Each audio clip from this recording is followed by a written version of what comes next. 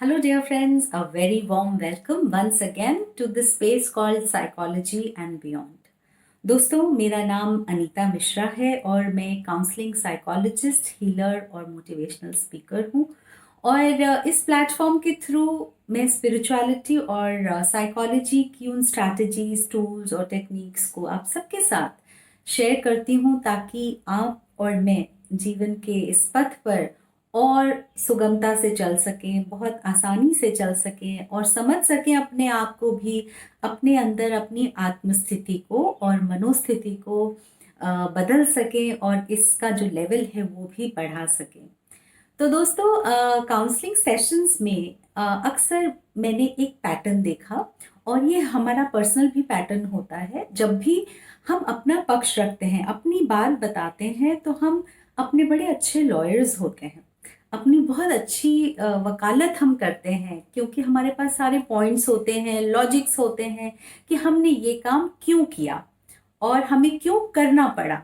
और ऐसे ही हम दूसरे इंसान के लिए, जो कि जिसके भी साथ हम इंटरैक्ट कर रहे हैं या फिर रिलेशनशिप में अगर किसी के साथ हमारा इशू है या कोई भी कॉन्फ्लिक्ट है या आपस में अनबन है या तनाव है, आर्गुमेंट है, हमेशा जो दूसरी तरफ का इंसान है उसके लिए हमारे पास बहुत सारे जजमेंट्स और निर्णय, बिल्कुल वो तो ऐसा ही है या वो ऐसा ही करता है, ऑल और नन थ्योरी हम बहुत लगाते हैं। और ये जो सोचने और समझने के तरीके और दूसरे को जज करने के लेबलिंग के तरीके, सिगमंड फ्रॉइड एक बहुत फेमस साइकोलॉजिस्ट हुए, उन्होंने बहुत अच्छे से उनको समझाया कि कैसे ये जो डिफेंस मैकेनिज्म्स हैं, यानी हम अपने आप को स्वयं को बचाने के लिए कुछ ऐसे तरीकों का इस्तेमाल करते हैं। अब हम अपने आप को किससे बचाएंगे? एक होता है हमारा कॉन्शियस बिहेवियर, जो कि हम जानबूझकर सोच समझकर करते हैं। कुछ ऐसी बातें होती हैं जो हमारे अंदर अवचेतन मन में होती हैं, सबकॉन्शियस और अनकॉन्शियस मन में होती हैं। कुछ ऐसे इमोशंस जिनको शायद हम खुद भी नहीं स्वीकारना चाहते और सोसाइटी भी नहीं स्वीकारने देना चाहती। तो वो सारे इमोशंस या फीलिंग्स वो अंदर स्टोर होते हैं और वो बिहेवियर्स भी स्टोर होते हैं जिनको हम एक्सप्रेस तो करना चाहते हैं, पर कहीं ना कहीं हम उनको सही नहीं मानते या हम उनको गलत समझते हैं। मसलन बहुत तेज नाराज होना, गुस्सा होना, आंसू बहाना या चिड़चिड़ाहट करना, जेलसी करना, हम इन चीज़ों को जल्दी से स्वीकारते नहीं हैं। पर हकीकत तो ये है कि ये सभी बिहेवियर्स और ट्रेट्स हम सबके अंदर होते ही हैं, थोड़े ना थोड़े मात्रा में, किसी ना किसी में कम ज़्यादा ज़रूर होते हैं।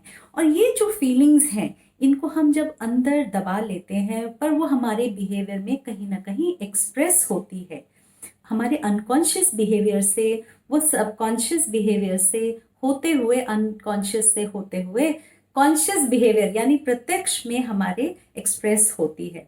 और जब हमें खुद ही हैरानी होती कि हमने कैसे इस बात पे इतना रिएक्ट किया, या हम इतना क्यों चिल्लाए, या हम इतना क्यों नाराज हुए, या मुझे इस बात पर क्यों रोना आया। और इस बात से बचने के लिए, इन फीलिंग से बचने के लिए हम अपने आप को कुछ तर्क देते हैं, कुछ लॉजिक्स देते हैं, जिन्हें सिगमंड फ्रॉइड ने कहा रैशनलाइजेशन। तो कुछ अनहेल्दी डिफेंस मैकेनिज्म्स हैं अपने आप को बचा के रखने के लिए, अपनी ईगो को बचा कर रखने के लिए। आप चाहें तो मेरा पिछला वाला वीडियो ज़रूर देखें जिसमें मैंने डिनायल और सब्लिमेशन की बात की थी, कि जो कि एक हेल्दी टेक्निक है, हेल्दी डिफेंस मैकेनिज्म है, कि कैसे हम अपनी ईगो को प्रोटेक्ट करने के लिए इनका सहारा लेते हैं। पर दोस्तों, जब बात आती है कि एक दूसरे से कॉन्फ्लिक्ट से उबरने के लिए, एक दूसरे के रिलेशनशिप में हम कैसे अपने आप को चेक करें और अपने बिहेवियर्स को करेक्ट करें ताकि हमारा रिलेशनशिप इम्प्रूव हो सके, उसके लिए सबसे बड़ी जिम्मेदारी स्वयं की लेनी होती है। तो इससे पहले कि हम आगे बढ़े, मैं आपको एक छोटी सी कहानी सुनाती हूँ जो कि बड़ी मज़ेदार मुझे लगी। किस्सा है कि दो दोस्त होते हैं, इमेजिनरी किस्सा है ऑफ कोर्स, कि दो दोस्त चल रहे थे। तो अचानक एक दोस्त ने देखा कि दूसरा वाला जो फ्रेंड है ना, वो बड़ा लंगड़ा कर चल रहा था।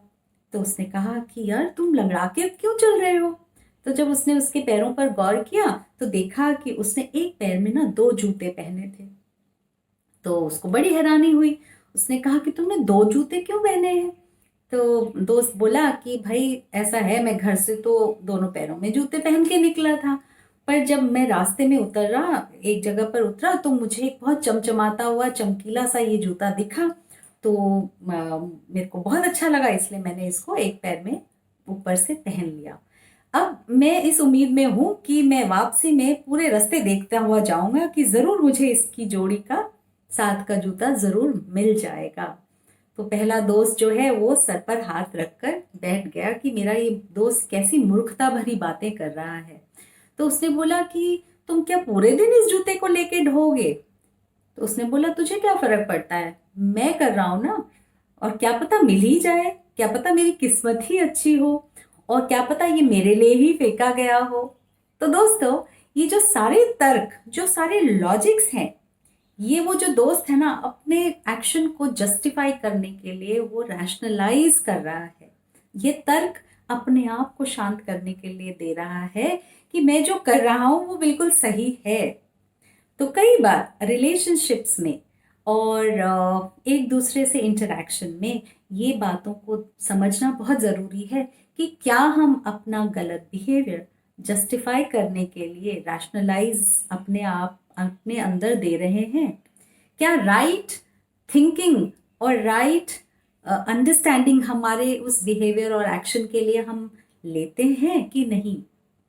और अक्सर ऐसा होता है कि दोस्तों, एक दूसरा जो डिफेंस मैकेनिज्म है जिसको हम डिस्प्लेसमेंट कहते हैं। तो आपने बहुत फेमस एक वो कोट देखा होगा कि एक ऑफिस से आता है जो हस्बैंड, वो वाइफ के ऊपर चिल्ला रहा है, और वाइफ जो है वो बच्चों पे चिल्ला रही है, और बच्चे जो हैं वो कुत्ते को बैट से मार रहे हैं। तो यहाँ पर क्या हुआ कि हस्बैंड ने ऑफिस का स्ट्रेस लेकर बीवी पर निकाला, क्योंकि वहां पावर ज्यादा थी, वहां पर जो रिसोर्सफुल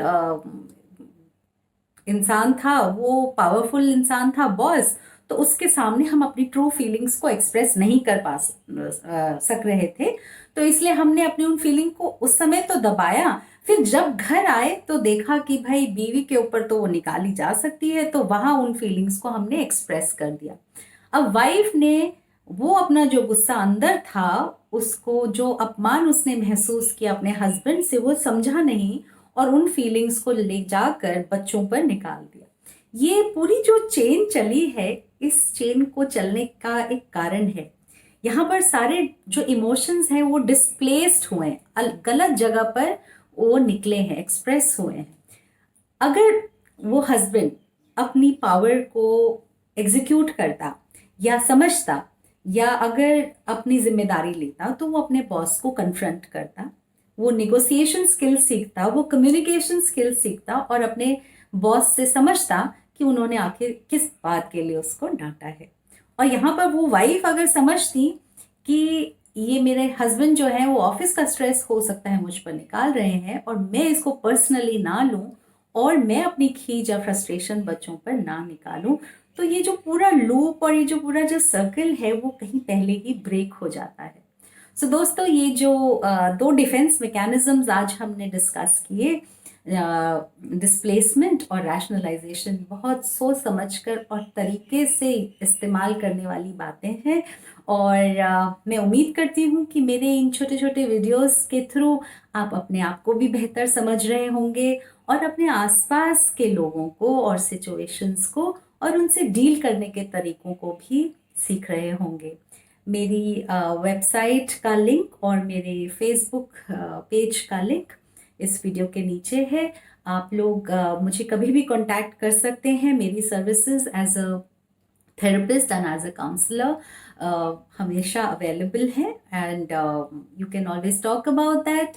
और ज़रूरी नहीं है कि आप मुझसे ही कुछ सर्विसेज लें या मेरी ही कुछ हेल्प लें, बट कहीं ना कहीं अगर आपको लगता है कि आप किसी सिचुएशन में स्टक हैं जहाँ पर आपकी सोच या आपका रिलेशनशिप या फिर आपकी ग्रोथ कहीं एक जगह अटक गई है और उस पे ज़रूरत है एक ब्रेक थ्रू की, तो आप ज़रूर हेल्प लीजिए।